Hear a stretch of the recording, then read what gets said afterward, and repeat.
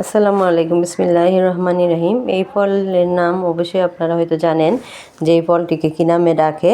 তবে আমাদের অঞ্চলে এই ফলকে সুকাই বলে ডাকে। আর এই সুকাই আজকে আমি এভাবে ছিলে তারপর বিচিটা ফেলে দেব, আর যে উপরের যে লাল অংশটা ওইটা শুধু নিয়ে নেব। আর এই চুকাই দিয়ে আপনারা চা করে খেতে পারবেন, ঝিলি করে খেতে পারবেন। আর আমি এখানে আজকে এই চুকাই দিয়ে ঝিলির মতোই একটু আচার চাটনি বানাবো। আর প্রথমে আমি এভাবে নেব আর সবগুলা বিচি ফেলে দেব। তো দেখেন আমি কিভাবে নিচ্ছি, অবশ্যই আপনারা ভিডিও দেখে বুঝতে পারতেছেন যে আমি কিভাবে এটার উপরের অংশটা নিচ্ছি আর বিচির অংশটা ফেলে দিচ্ছি। তো রেসিপিতে চলে যাই।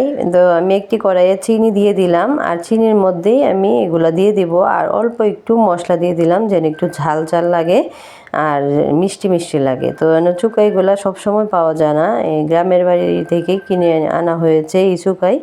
আর এই চুকাই দিয়ে আপনারা অনেক কিছুই তৈরি করে খেতে পারবেন, অনেক দামি একটি ফল। তো আমি এখানে চিনি আর সামান্য মশলা দিয়ে বসিয়ে দিয়েছি কড়াইতে, আর অল্প আছে নেড়ে ছেড়ে ভালোভাবে মিশিয়ে নিচ্ছি। আর দেখেন চিনি থেকে আর এই ফল থেকে চুকাই থেকে কিছুটা পানি উঠেছে, আর এই পানিটা আমি একদম শুষিয়ে নেব। আর অনেকক্ষণ ধীরে ধীরে জাল করব আর ভালোভাবে নেড়ে ছেড়ে নিব। আর এটার কালারটা একদম সুন্দর আসছে।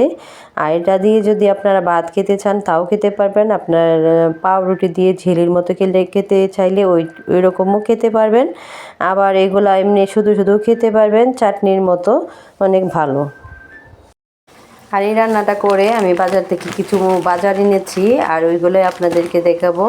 তো এখানে কিছু নাড়ু, যে এটা হচ্ছে বাদামের নাড়ু আর ওটা হচ্ছে চিড়ার নাড়ু। আর এগুলো আমি বাজার থেকে এনেছি, হলুদের গুঁড়া এনেছি, রসুন এনেছি, আলু এনেছি। আসলে মেয়েদের সব কিছুই করা লাগে, সংসারও সামলাতে হয়, রান্নাবান্না করতে হয়, আবার বাজারও করতে হয়। তো এখানে যে মরিচের গুঁড়া আনলাম, আলু আনলাম, রসুন আনলাম, আর এই যে চিড়ার নাড়ু আনলাম, আর বাদামের নাড়ু আনলাম। আর এগুলো আমার বাচ্চারা খেতে খুব ভালোবাসে। আর কিছু মুরগিও এনেছিলাম। তো আপনাদের সাথে ওই বাজারগুলো শেয়ার করলাম। আর এখানে কিছু শসা এনেছি, শসা দিয়ে সালাদ খাওয়ার জন্য। আর সব মিলিয়ে আমি আপনাদের সামনে এই ভিডিওটি আপলোড করলাম। আপনারা অবশ্যই আমার পাশে থাকবেন এবং লাইক কমেন্ট করে জানাবেন।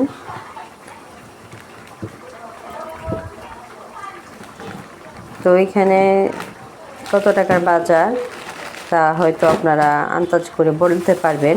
আর এগুলো আপনারা অবশ্যই কমেন্টের মাধ্যমে জানিয়ে দিবেন যে এখানে কত টাকার বাজার হবে।